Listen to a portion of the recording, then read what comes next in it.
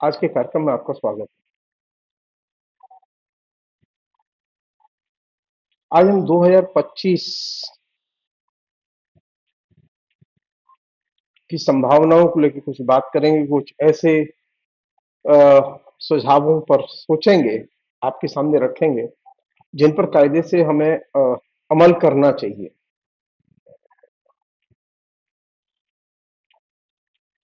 अगर कोई आपसे पूछे कि आपके सामने 2025 की कौन सी बड़ी चुनौती है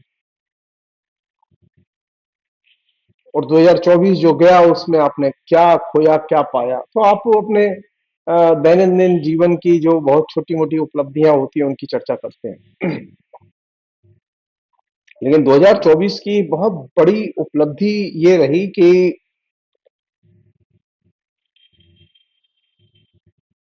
भारत में अधिनायकवाद को एक धक्का लगा। अधिनायकवाद गया नहीं है, खाली उसको एक चोट लगी। अधिनायकवाद को चोट लगना साधारण बात नहीं है। ये असाधारण घटना घटी है, लेकिन 2025 अधिनायकवाद के खिलाफ और लोकतांत्रिक चेतना और लोकतांत्रिक संघर्षों के विकास के लिए बहुत महत्वपूर्ण वर्ष है। ये तय है कि इस साल सबसे अधिक तीखे और तेज जन आंदोलन होंगे। किसानों के, मजदूरों के, छात्रों के, युवाओं के, नौजवानों के।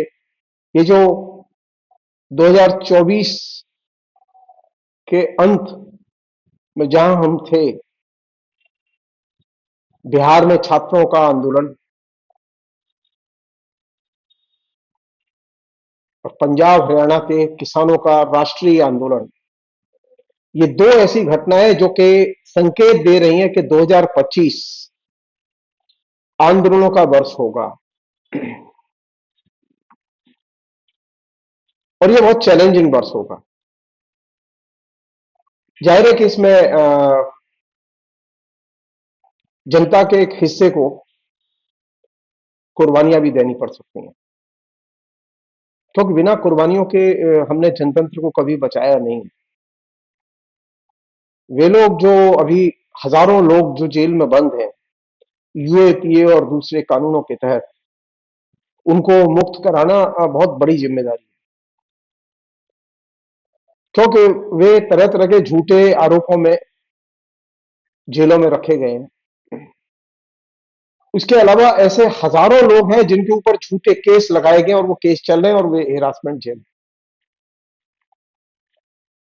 तो 2025 का जो सबसे पहला टास्क है वो ये कि जन आंदोलनों का विस्तार करो और बहुमुखी जन आंदोलनों का विस्तार करो। और दूसरा टास्क ये है कि जो राजनीतिक बंदी हैं उनकी रिहाई की लड़ाई लड़ो। ये दो बड़े टास्क हैं और ये टास्क तभी पूरे हो सकते हैं जब जन आंदोलनों का दायरा देश भी हो और दिल्ली भी हो। दिल्ली में जब तक जन आंदोलन आते नहीं है, दिल्ली को जन आंदोलन जब तक घेरते नहीं है, तब तक जन आंदोलन अपना राष्ट्रीय असर पैदा नहीं कर पाएंगे। हमें ये एक बहुत ही साफ समझ बनानी होगी और इस पर सोचना होगा कि जो हमारे यहाँ देश में जिस तरह की अभी शासन प्रणाली चल रही है, उस शासन प्रणाली का लक्ष्य है किसी भी तरह से लोगों को लोकतंत्र के दायरे के बाहर ले जाके धर्म के दायरे में खड़ा कर दिया जाए। हिंदुस्तान की जनता संस्कार से बहुत सारे धर्मों को मानती है, लेकिन वो धार्मिक जनता नहीं है।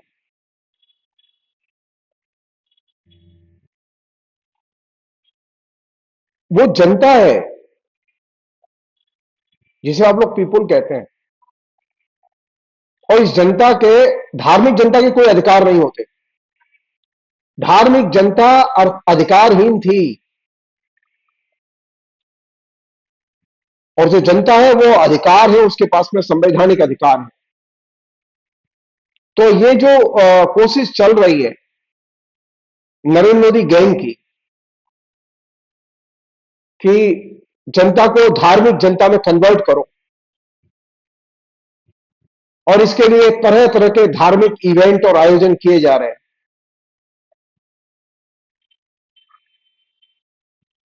और अतीत के प्रेतों का आवाहन किया जा रहा है, जिससे कि धार्मिक जनता अंधविश्वास और पुनर्जन्म और भगवान और ईश्वर और उसकी उपासना इन सब में व्यस्त रहे, और लोकतंत्र से जुड़ी हुई राष्ट्र की और देश की और समाज की जो चिंताएं और समस्याएं उन पर ध्यान न दें।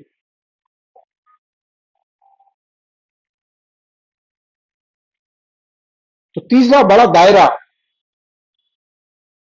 चुनौती का यह होगा कि जनता के अंदर जनता की चेतना को और ज्यादा सघन और मजबूत किया जाए, और धार्मिक जनता बनाने के तमाम रूपों, प्रतीकों, नारों का जम के प्रतिवाद किया जाए।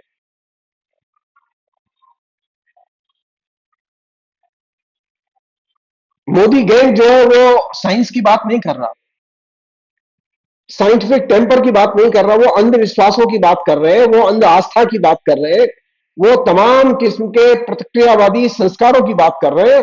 वे लोगों में ये आह्वान ही नहीं कर रहे कि चलो विज्ञान की ओर। नरेंद्र मोदी तो कॉल दे रहे हैं कि चलो कुंभ की ओर। ये जो अप्रोच है, ये अप्रोच इस बात का प्रमाण है कि नरेंद्र मोदी अपनी पूरी सत्ता का जनता को धार्मिक जनता बनाने के लिए दुरुपयोग कर रहे हैं। कुंभ पहले भी होते थे, लेकिन प्रधानमंत्री, मुख्यमंत्री और तमाम पूरा का पूरा एडमिनिस्ट्रेशन उस वो पॉलिटिकल कैंपेन की तरह इनको नहीं लेता था। वहां की व्यवस्था करना, वहां पर लोगों को कोई असुविधा ना हो, इस पर इसका ख्याल रखना, यह काम था उनका।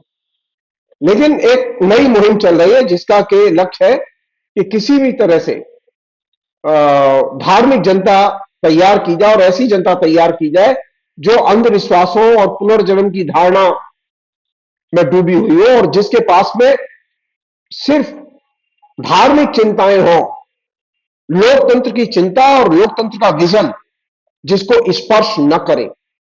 और ये जो अप्रोच है, ये अप्रोच बहुत खतरनाक है। इसने देश के लिए, लोकतंत्र के लिए, संविधान के लिए, संवैधानिक संस्थाओं के लिए एक चुनौती पैदा की और खतरा पैदा किया। और दुर्भाग्य की बात यह है कि शिक्षितों का एक बड़ा वर्ग इस ये जो धार्मिक जनता बनाने की जो मुहिम है, इसको समझने में असमर्थ है। वह इसका प्रतिवाद नहीं कर रहा,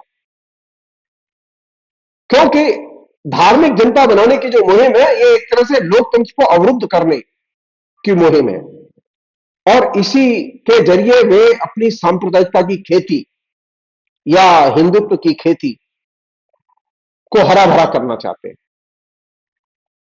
एक अन्य चीज है जिस पर के कायदे से ध्यान देने की जरूरत है, वो ये कि जो तमाम किस्म के सामाजिक सांस्कृतिक विभीषिका से जुड़े हुए जो पहलू हैं, प्रश्न हैं, घटनाएं हैं, उनको केंद्र में लाया जाना चाहिए।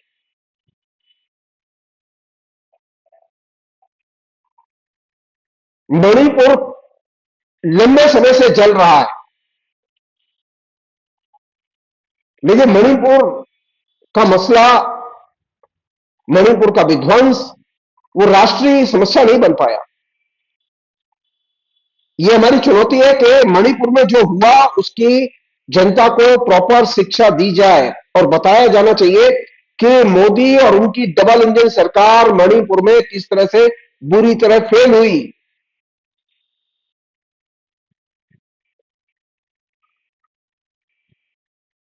मणिपुर की जनता ने अकल्पनीय कष्ट उठाए हैं इस बीच में।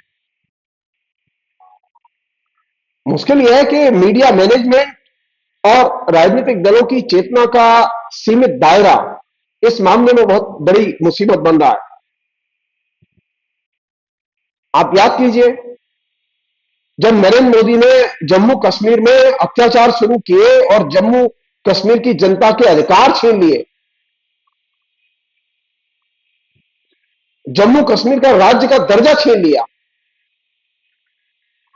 तो उस दौरान जो जुल्म हुए वहां 7 महीने तक कंटिन्यूअसली हजारों करोड़ का वहां की इकोनॉमी का और जनता का नुकसान हो गया। तकरीबन 30,000 करोड़ से ऊपर का नुकसान हुआ वहां की जनता को। ये किसने किया? नरेंद्र मोदी ने। लेकिन इसे हम राष्ट्रीय जिसे कि प्रोपेगेंडा का हिस्सा, राष्ट्रीय प्रचार का हिस्सा, राष्ट्रीय चेतना का हिस्सा जम्मू कश्मीर की जनता के उत्पीड़न को अभी तक नहीं बना पाए। ये जो गैप है, इस गैप को इस 2025 के वर्ष में फिलअप किया जाना चाहिए। हिंदुस्तान में कहीं पर भी जुल्म की घटना हो, किसी भी राज्य में हो, उसे राष्ट्रीय खबर बनाना हम सबका दायित्व है। उस पर लोगों के बीच में ज्यादा से ज्यादा लिखना हम सब लोगों की भूमिका है। लेकिन हम इस बात पर एकदम बेखबर है। खासतौर पर हिंदी के जो लेखक हैं, जो बुद्धिजीवी हैं, शिक्षित लोग हैं, जो एमए बीए करने वाले विद्यार्थी हैं, उनकी भूमिका ज्यादा महत्वपूर्ण है इस मामले में। वे लोकतंत्र से, वो बीजेपी को वोट दें या कांग्रेस को वोट दें, मेरे लिए इससे कोई संबंध नहीं है, लेकिन वो लोकतंत्र से प्रेम करना और हिंदुस्तान की जनता से प्रेम करना सीखे। बीजेपी को वोट देने का मतलब यह है कि हिंदुस्तान की जनता से नफरत करना नहीं है। हिंदुस्तान की जनता पर अगर जुल्म हो रहे हैं तो उस जुल्म का प्रतिवाद करना, उस जुल्म को उद्घाटित करना भी हमारी भूमिका और जिम्मेदारी है। यह मेरी आरएसएस के लोगों से भी गुजारिश है कि आरएसएस के लोग सिर्फ सहायता कार्य करेंगे और वोट वसूलेंगे और वोट बैंक बनाएंगे और हिंदुत्ववादी राजनीति करेंगे, ये भूल जाए। वो हिंदुस्तान में नरेंद्र मोदी के शासन में हिंदुओं पर सबसे ज्यादा जुल्म हुए। अगर सचमुच में आरएसएस हिंदुओं का हिमायती संगठन है तो उसे इस बात पर ध्यान देना चाहिए। नरेंद्र मोदी ने अपने शासन में सबसे अधिक हिंदुओं को बेरोजगार बनाया है। मैं हिंदू मुसलमान करके नहीं देखता, लेकिन चूंकि आरएसएस के लोग हिंदू मुसलमान करके देखते हैं, इसलिए मैं ये बात पेश कर रहा हूं। नरेंद्र मोदी पहला ऐसा प्रधानमंत्री है जिसके शासन में सबसे अधिक हिंदू बेरोजगार बने हैं। करोड़ों हिंदुओं को आज स्थिति है कि जो दर्ज बेरोजगारी का और युवा बेरोजगारों का आंकड़ा है, जिनकी यंग एज के लोग हैं, जिन्होंने नौकरी का सपना ही छोड़ दिया है, जो बेरोजगार है, जिनके पास कोई काम नहीं है, ऐसे लोगों की संख्या तकरीबन 14 करोड़ है और इनमें 90% हिंदू हैं। तो आरएसएस की यह जिम्मेदारी बनती है, शर्म आनी चाहिए कि आरएसएस के लोग इस पहलू पर ध्यान ही नहीं देते कि हिंदुस्तान के हिंदू नौजवान नरेंद्र मोदी बेरोजगार बना रहे हैं। यह तो औरंगजेब के शासन में नहीं हुआ कभी, मुगलों के शासन में इतने बेरोजगार नहीं बनाए गए। हिंदुस्तान की पॉपुलेशन का एक बड़ा हिस्सा, जिसमें हिंदू सबसे ज्यादा है, वो बेरोजगार बना दिए गए। उन्होंने रोजगार खोजने की इच्छा ही छोड़ दी है। ऐसे लोगों की संख्या तकरीबन 14 करोड़ के करीब है और यह आंकड़ा अपने आप में चौंकाने वाला है। तो आने वाले इस 2025 के साल में यह बड़ी चुनौती है कि हम सारे नौजवानों के बीच में इस बात का प्रचार करें कि यह प्रचार करें कि नौजवान रोजगार के बारे में सोचें, रोजगार की मांग करें, सड़कों पर निकले, इस बात को महसूस करें कि हिंदुत्व की राजनीति युवा विरोधी राजनीति है। नरेंद्र मोदी की राजनीति अदानी को तो फायदा पहुंचा सकती है, वो अनिल अंबानी को फायदा पहुंचा सकती है, वो बीजेपी को फायदा पहुंचा सकती है, लेकिन वो हिंदुस्तान के युवाओं को, हिंदू युवाओं को कोई फायदा नहीं पहुंचा सकती। आपके सामने सिर्फ एक ही ऑप्शन है, आप सन्यासी बनिए, आप कुंभ जाइए, महाकुंभ जाइए, आप गंगा नहाइए, यमुना नहाइए, मौनी अमावस्या पर नहाइए, आपके सामने और कोई ऑप्शन नहीं है। ये तो बहुत भयानक विकल्प है। ऐसे विकल्प की और ऐसे डेवलपमेंट की तो हमने कोई कल्पना नहीं की थी। धर्म की आड़ लेकर कॉर्पोरेट हाउसेस और मोनोपोली हाउसेस के बैंक बैलेंस बढ़ाए जा रहे हैं और हिंदुस्तान की गरीब जनता की आमदनी पर डाकाडनी चल रही है। यह बड़ा चैलेंज है, इसको नौजवानों को कायदे से समझने की जरूरत है। अगर नौजवान नहीं समझते तो उनको और ज्यादा तकलीफों से गुजरना होगा। कोई दिन नहीं होता अखबार में, ये हिंदू परिवारों की कहानियां हैं, अखबार में पिता अपने हाथों से अपनी बेटियों की हत्याएं कर रहे हैं, बेटों की हत्याएं कर रहे हैं। पैसा नहीं है खाने के लिए, जीने के लिए। और ये जो स्थिति है, ये स्थिति लगातार बदतर होती जा रही है। कोटा में लगातार नौजवान जो है, जो कि परीक्षा की तैयारियां कर रहे हैं, उनके कोई भविष्य दिखाई नहीं दे रहा, तो वहां आत्महत्या की घटनाएं लगातार बढ़ रही हैं। हमारे पास कोई ऑप्शन नहीं है। साइकेट्रिस्ट के पास जाना कोई ऑप्शन नहीं है। जन आंदोलन करेंगे तो आप जनता को भी शिक्षित करेंगे, स्वयं को भी शिक्षित करेंगे और सरकार को झुकने के लिए मजबूर करेंगे। और सरकार अगर नहीं झुकती तो सरकार को गिराओ। सरकार रोजगार नहीं देती, सरकार को गिराओ। ये जब तक संकल्प नौजवान नहीं लेते, आप 2025 को सेलिब्रेट नहीं कर सकते। नरेंद्र मोदी ने अपने 10 साल, 10.5 साल के शासन में हिंदुस्तान की जनता के पॉकेट से उसकी महत्वपूर्ण जमा पूंजी निकाल ली। कोई परिवार नहीं है जिसके खाते से पैसे नहीं निकाले गए। लगातार लोग गरीब होते चले गए और ये जो फिनोमिना है, इसको कायदे से समझने की जरूरत है। और ये हमारे सामने, सबके सामने चैलेंज है। डेमोक्रेसी को बचाने के लिए, व्यक्तियों को बचाने के लिए, इस समाज को बचाने के लिए, हिंदू, मुसलमान, सिख, ईसाई, इन सबको बचाने के लिए चैलेंज है। यहां तक कि धर्म को बचाने के लिए भी चैलेंज है। जो लोग ये सोच रहे हैं कि नहीं, लोग धर्म पर, अरे धर्म पर तो खर्च तब करेंगे जब पॉकेट में पैसा होगा। धर्म पर कोई ऐसा खर्च नहीं हो रहा है, ये दिमाग से निकाल दे लोग। बल्कि वसूली हो रही है। ज्यादातर लोग तो पैसा खर्च करने की स्थिति में ही नहीं है। जो मिडिल क्लास के लोग हैं, करीब 25-30 करोड़ लोग, उन्हीं के बीच में पूरी इकोनॉमी घूम रही है खाली। गरीबों के पास पैसे ही नहीं है। तो ये जो पामाली बढ़ी है, ये जो गरीबी बढ़ी है, ये बहुत बड़ी चुनौती है और इस चुनौती को कायदे से समझने की जरूरत है। इसे काल्पनिक और रहस्यमय नहीं बनाया जाना चाहिए। ये धार्मिक समाज बनाने की आड़ में हिंदुस्तान को काल्पनिक और रहस्यात्मक समाज बनाने की कोशिश हो रही है। ये साधु संतों का समाज बनाने की कोशिश हो रही है और ये एक तरह से हिंदुस्तान को नरक कुंड में ले जाने की साजिश है, जिसको के कायदे से बेनकाब किया जाना चाहिए। एक और चीज है, वो ये कि हिंदुस्तान में डेमोक्रेसी बहुत महत्वपूर्ण है, लेकिन डेमोक्रेसी के दो बहुत महत्वपूर्ण पिलर है, हिंदू और मुसलमान। हमें अपने जहन से मुसलमानों के खिलाफ विद्वेष जो भरा गया उसे निकालना चाहिए।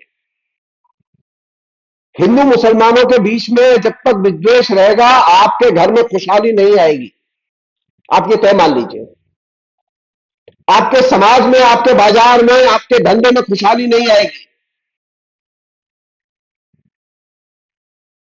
भारत विभाजन के बाद, जिसमें लाखों लोग मर गए थे, आजाद भारत की सरकारों ने एक कोशिश की कि लगातार लोगों के बीच में सांप्रदायिक सद्भाव बना के ये देश का डेवलपमेंट हुआ और देश इस ऊंचाई पर पहुंचा। अगर नरेंद्र मोदी और आरएसएस के इशारे पर चले होते और इन्होंने जो रास्ता अपनाया इसी पर रास्ते पर चले होते लोग, तो हिंदुस्तान में कुछ नहीं होता सिवाय कत्ल घरों के और गुंडे गिरोहों के। नरेंद्र मोदी ने अपने 10.5 साल के शासन में ये हिंदुत्व की इकोनॉमी देखी आप, एक कारखाना नहीं खोला जिससे कि हिंदुस्तान के 10,000 नौजवानों को नौकरी मिले, एक सरकारी विश्वविद्यालय नहीं खोला नया,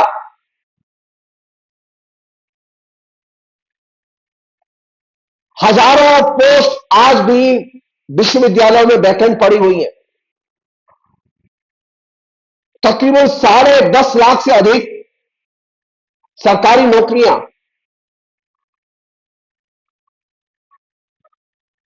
खाली पड़ी हुई है, भरी नहीं गई है। तो 2025 की एक चुनौती है कि सरकार को मजबूर किया जाए कि वह जो खाली पद है उन्हें भरे। एक अन्य चीज जो महत्वपूर्ण चीज वो ये कि बिना आपको सांप्रदायिक सद्भाव रखे आप हिंदुस्तान का विकास नहीं कर सकते। नरेंद्र मोदी धार्मिक समाज बनाने की आड़ में अपनी बहुसंख्यकवादी राजनीति कर रहे हैं और उस बहुसंख्यकवादी राजनीति का लक्ष्य है हिंदू मुसलमानों के बीच में जो सद्भाव है उस सद्भाव को नष्ट किया जाए। हमारी सबकी जिम्मेदारी बनती है ये कि हिंदू मुस्लिम सद्भाव की हर कीमत पर रक्षा की जाए और जो लोग हिंदू मुस्लिम सद्भाव को बिगाड़ना चाहते हैं उनको बेनकाब किया जाए, उनके तर्कों को अस्वीकार किया जाए। एक और चीज जो महत्वपूर्ण चीज है, क्योंकि बिना इसके ये बात समझ में नहीं आएगी कि हम आज इस पूरे क्राइसिस में कहां फंसे हैं। ये जो सेग्रीगेशन शुरू हुआ है नीचे, क्या मुसलमान को हिंदुओं के इलाके में मोहल्ले में कोऑपरेटिव में कॉलोनी में रहने नहीं देंगे, इस विभाजन से बचना चाहिए, इसे रोका जाना चाहिए।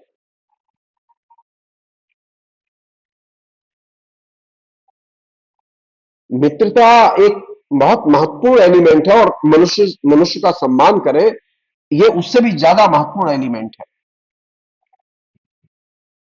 हमने कभी लोगों को हिंदू और मुसलमान की तरह नहीं देखा। हिंदू और मुसलमानों के मोहल्ले आसपास रहे हैं, दोनों के बीच में एक दूसरे की खिड़कियां खुली रही है। पहले दोनों के यहां जो खाना बनता था उसकी खुशबू एक दूसरे घरों में आती रही है। ये जो पिछले कुछ दशकों में जो एक कल्चर पैदा हुई है कि हम अपने इलाके में मुसलमान को घर नहीं देंगे, इस कल्चर से बचा जाना चाहिए, इसका विरोध किया जाना चाहिए।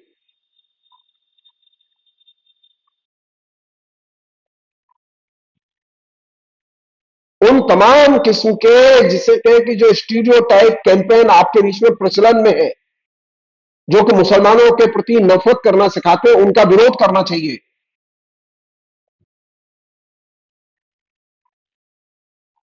अगर आपको ये लगता है कि नॉनवेज खाने से हिंदू समाज नष्ट हो रहा है, तो आप सबसे पहले उन हिंदुओं को आप अपने समाज से निकालिए जो नॉनवेज खाते हैं। आरएसएस ने कितने ऐसे लोगों को निकाला अपने समाज से, ऐसे कितने लोगों के दरवाजे पर वो गए जो नॉनवेज खाते हैं उनका विरोध करने के लिए, वो एक के पास भी नहीं गए। लेकिन वे कॉलोनियों के आंटी और अंकल जुलूस बना के अगर कोई मुसलमान उनके इलाके में, उनकी कॉलोनी में, उनकी हाउसिंग सोसाइटी में घर खरीदता है तो उसका विरोध करने जरूर पहुंच जाते हैं। क्यों पहुंच जाते हैं भाई? क्या मुसलमान हिंदुस्तान के नागरिक नहीं है? तो ये जो सेग्रीगेशन का भाव है, हिंदू मुसलमान को अलग करने का भाव है, इससे हर हालत में लड़ा जाना चाहिए। दुर्भाग्य की बात यह है कि ये सेग्रीगेशन ये अकेले सिर्फ अभी नरेंद्र मोदी के जमाने में पैदा नहीं हुआ, ये पहले से है, हिंदुस्तान के विभिन्न इलाकों में पहले से है। इसको कायदे से सेंटर में लाके इस पर आलोचना करनी चाहिए, इसे एक्सपोज किया जाना चाहिए। सांप्रदायिक राजनीति की खूबी है कि वह बहुत साइलेंटली काम करती है और वो जहर फैलाती रहती है। मुसलमान हिंदुओं के इलाके में घर न ले, मुसलमानों को घर न दिया जाए, ये काम वो साइलेंटली करते रहे आरएसएस के लोग, और उनके इस प्रचार से दूसरे लोग प्रभावित होते रहे। इस प्रचार का हर हालत में विरोध किया जाना चाहिए। इससे क्या है कि हमारे आपके बीच में, हिंदू और मुसलमानों के बीच में जो बेगानापन है, वो बेगानापन खत्म होगा। एक साझापन, एक मित्रता, एक शिरकत का भाव बढ़ेगा, और ये लोकतंत्र की ताकत है। लोकतंत्र की ताकत ये नहीं है ये खंडेलवाल खंडेलवाल के साथ रहेगा, चतुर्वेदी चतुर्वेदी के साथ रहेगा, नहीं। मिश्रित सभ्यता, मिश्रित रिहायश, मिश्रित कल्चर, ये हिंदुस्तान की परंपरा का हिस्सा रहे हैं। मिश्रित धर्म, हमने ये कभी नहीं कहा, हमारे कभी ये अप्रोच नहीं रही कि नहीं आज ये कह रहे हैं कि हम मुसलमान को मोहल्ले में नहीं रहने देंगे, कल ये कहेंगे मस्जिद को शहर में नहीं रहने देंगे। इस बेवकूफी का तो कोई अंत नहीं है। नहीं, ये नहीं चलेगा, ये नहीं चलेगा। ये बेवकूफी किसी भी और जमाने में भी ये हिंदू लोग नहीं करते थे। ना अंग्रेजों के जमाने में ये बेवकूफी होती थी, ना अंग्रेजों के पहले के जमाने में बेवकूफी होती थी। जो इन दिनों ये बेवकूफी होने लगी है कि मुसलमान को हिंदुओं के इलाके में नहीं रहने देंगे। ये जो सेग्रीगेशन की जो पॉलिटिक्स है, ये जो पृथक करके रखने की जो पॉलिटिक्स है, इसका विरोध किया जाना चाहिए। हर स्तर पर विरोध किया जाना चाहिए। इससे हमारे हिंदू और मुसलमानों के बीच में जो बेगानापन बढ़ा है, इस बेगानेपन को तोड़ने में मदद मिलेगी। एक और चीज है जिस पर के कायदे से हम सब लोग ध्यान दें, वो ये कि हम में से अधिकतर लोग नहीं जानते कि मुसलमानों के यहां कैसे लोग रहते हैं, उनकी कल्चर क्या है। शेड्यूल कास्ट के लोग कैसे रहते हैं, उनकी कल्चर क्या है, उनकी आदतें क्या है, उनके संस्कार क्या है। हमारे अंदर ये अप्रोच बढ़नी चाहिए कि हम एससी एसटी के परिवारों के साथ में घुलने मिलने, जानने, कम्युनिकेट करने, दोस्ती करने का भाव पैदा करें। उसी तरह हम मुसलमानों के साथ में मित्रता पैदा करने का भाव पैदा करें, उनके आने जाने की कल्चर शुरू करें। बिना इसके आप जान ही नहीं पाएंगे कि वो रहते कैसे हैं, वो खाते कैसे हैं। फिर तो ये होगा कि आपको जो कैंपेन करके जो फीडबैक दिया जा रहा है, उससे आप प्रभावित होंगे। और यही वह जगह है जहां से कि आपके बेगानेपन का आरएसएस के लोग और दूसरे संगठन फायदा उठाते हैं, और हिंदू मुसलमानों के बीच में, सवर्ण और निम्न वर्ण के लोगों के बीच में वो भेद पैदा करते हैं। तो इस दोनों के बीच के बेगानेपन को चुनौती देना डेमोक्रेसी की सबसे बड़ी चुनौती है। अगर मुझे डेमोक्रेसी चाहिए और मैं एक ऐसी जीवंत डेमोक्रेसी चाहता हूं, तो मेरी जीवंत डेमोक्रेसी में ये एससी एसटी के साथ में सवर्णों का भेद नहीं चलेगा। अगर शेड्यूल कास्ट हमारी आलोचना कर रहे हैं तो हम श्रद्धा के साथ में, सम्मान के साथ में उनकी आलोचना सुने, और हमें अगर उनकी कोई बात सहमत नहीं है तो हम कहें अपनी बात। लेकिन ये अनटचेबिलिटी नहीं चलेगी, ये बेगानापन नहीं चलेगा। वही अप्रोच हमारी मुसलमानों के साथ भी होनी चाहिए, और यही बात मुसलमानों पर भी लागू होती है। एक अन्य चीज, और जो बहुत महत्वपूर्ण चीज है, वो ये कि हमें ये जो अलग अलग जो बस्तियां बसाई गई हैं, वो बाई चांस की बात है। मुसलमानों की बस्ती अलग हो गई है, हिंदुओं की बस्ती अलग हो गई है, एससी एसटी की बस्ती अलग हो गई है। ये इससे बचा जाना चाहिए, और इसको तोड़ने के लिए कैसे प्रयत्न किए जाए, इस पर सोचा जाना चाहिए। अभी भी हम वो पुरानी जो बसावट है कास्ट की ग्राउंड पर, जो अंग्रेजों के जमाने में बनाई गई थी, वो कास्ट के ग्राउंड पर, धर्म के ग्राउंड पर जो बसाई गई जो बस्तियां हैं, गलियां हैं, मोहल्ले हैं, इस बसावट के पैटर्न को तोड़ा जाना चाहिए। मिश्रित बसावट, मिश्रित बस्तियां, ये हमारी संस्कृति का हिस्सा रही है। और मिश्रित खान पान, शुद्ध जैसी चीज हमारे यहां बहुत पहले, सैकड़ों साल पहले खत्म हो गई। आपको अगर वेजिटेरियन अच्छा लगता है वेजिटेरियन खाइए, आपको संध्या करना अच्छा लगता है आप संध्या कीजिए, आप पूजा कीजिए, आप मंदिर जाइए। लेकिन अगर दूसरे को नमाज पढ़ना अच्छा लगता है तो वो नमाज पढ़ेगा, अगर उसे नॉनवेज खाना है तो नॉनवेज खाएगा। उसमें परेशानी क्या है?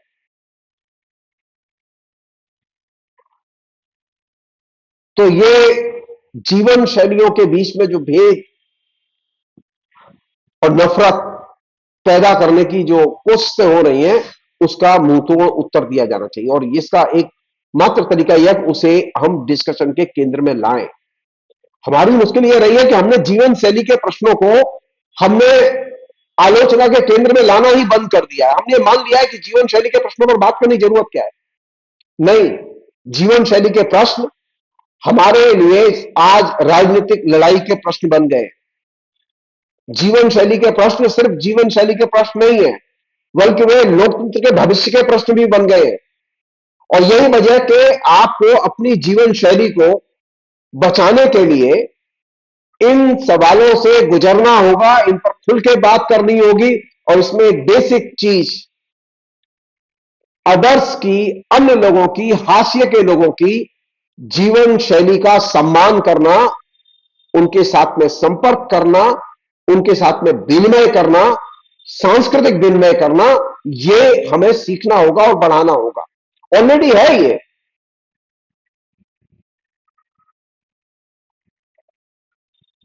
आप कल्पना कीजिए, आप मुसलमान के बिना रह नहीं सकते।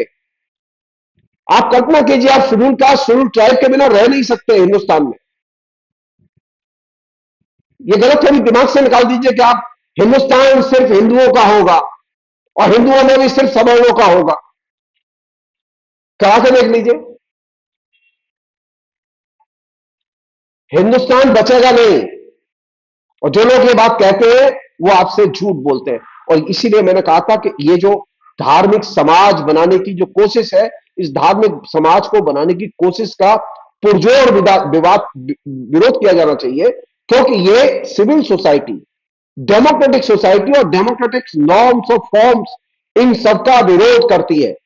धार्मिक समाज की समझ, हम सब धार्मिक हैं, यह समझ बुनियादी तौर पर लोकतंत्र विरोधी समझ है। और हम सब भगवान के बंदे नहीं, हम भगवान के बंदे नहीं हैं। हम सब दीन के बंदे, गरीबों के बंदे, हम सब मनुष्यों के बंदे। और ये जब तक आप एजेंडा फिक्स नहीं करेंगे, आखिरी अपील अपने दोस्तों से, आप जन आंदोलनों का खुल के समर्थन कीजिए। ये जो एक नया जो मध्य वर्ग और नए जो हमारे मित्रों में रुझान पैदा हुआ है, हमें क्या लेना देना है उससे, हमारी तो कोई समस्या नहीं है। नहीं, जनतंत्र में किसी भी तबके की समस्या उठे तो वो हमें देर सवेर प्रभावित करती है। हमें हर तबके की जनतांत्रिक मांगों का समर्थन करना चाहिए, उनके आंदोलनों का समर्थन करना चाहिए। हम ये कह ही नहीं सकते कि जनतंत्र में हमारी सिर्फ जो जरूरत होगी तभी हम बोलेंगे। नहीं, हम दूसरे की भी समस्या होगी तब भी बोलेंगे। जनतंत्र का मतलब यह है कि अपने बारे में भी बोलो, दूसरे के बारे में भी बोलो, लेकिन हर हालत में बोलो। अब स्थिति यह है कि आप फिलिस्तीन के बारे में तो बोलना ही पसंद नहीं करते। क्यों? फिलिस्तीन के लोग क्या इंसान नहीं है? फिलिस्तीन के लोगों पर जिस तरह से पिछले एक साल लगातार जुल्म हुआ और उनके खिलाफ में जिस तरह से आरएसएस के लोगों ने नफरती अभियान चलाया, वो हम सब लोगों के लिए शर्मनाक है। इजरायलियों ने फिलिस्तीनियों का नरसंहार किया है, जिसका कि आरएसएस के लोग और मोदी गैंग, उसका मीडिया ग्रुप लगातार प्रचार करता रहा इजरायलियों का। फिलिस्तीनियों के तकरीबन 2 लाख से अधिक लोग मारे गए हैं और बमबारी से सीधे 45,000 से अधिक लोगों की मौत हुई है। और पूरा का पूरा गजा का इलाका एकदम ध्वस्त कर दिया गया है।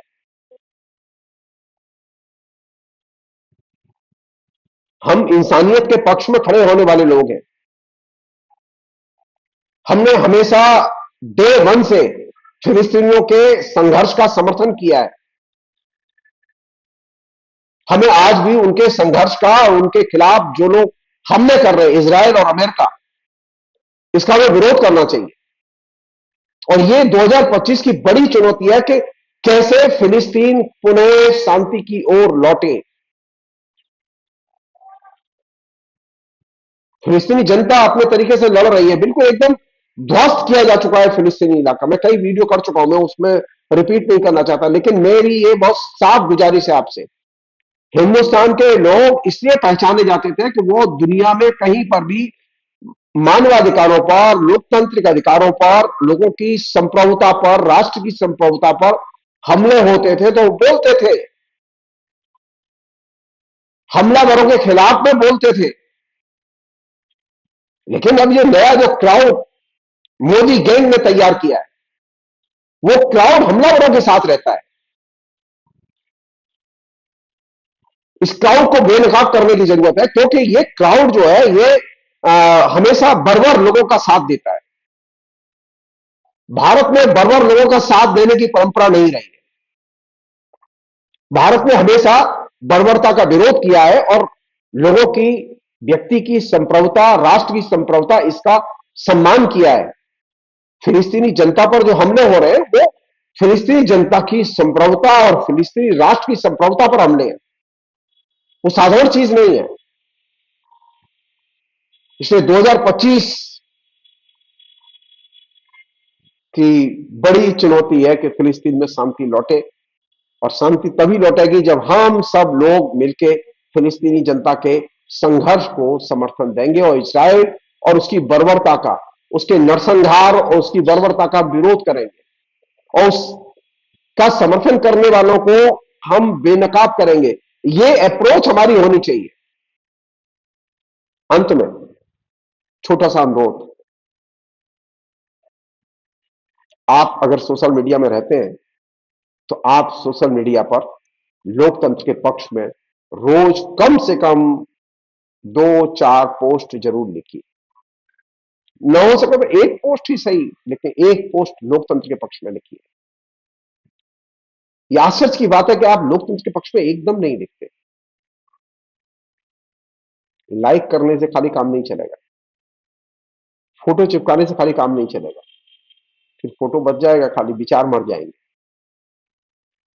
आपके सामने चुनौती है डेमोक्रेसी को बचाने की, फोटो को बचाने की चुनौती नहीं है। फोटो बचेगा तभी जब डेमोक्रेसी बचेगी। क्यों? क्योंकि आप डिक्टेटर के शासन में रहते हैं और उसे किसी का फोटो पसंद नहीं है। आपका भी फोटो नहीं बचेगा, ये तय मान लीजिए। ये मैं आरएसएस के लोगों से भी कह रहा हूं, उनके भी फोटो नहीं बचेंगे। नरेंद्र मोदी जिस स्टाइल से काम कर रहे हैं, अगर नरेंद्र मोदी के खिलाफ में आपने बगावत नहीं की तो तय मानिए आरएसएस को वो ध्वस्त करके छोड़ेंगे और एक एक करके चुन चुन के आरएसएस के लोगों को ठिकाने लगाएंगे। याद कीजिए हिटलर को, जाइए इतिहास की किताब उठाइए हिटलर की। हिटलर के लोगों ने सबसे, हिटलर के खूनी गिरोहों ने सबसे पहले हिटलर के लिए काम करने वाले लोगों की ही सबसे पहले हत्या की। नरेंद्र मोदी का आइडिया वहां से आता है। इसलिए खतरा जितना बाकी लोगों के लिए उतना संघ के लिए भी। इसलिए डेमोक्रेसी को बचाने के काम में आरएसएस मोदी के मुंह से बाहर निकले, सड़कों पर आए। फिलहाल इतना। बहुत बहुत शुक्रिया, थैंक यू।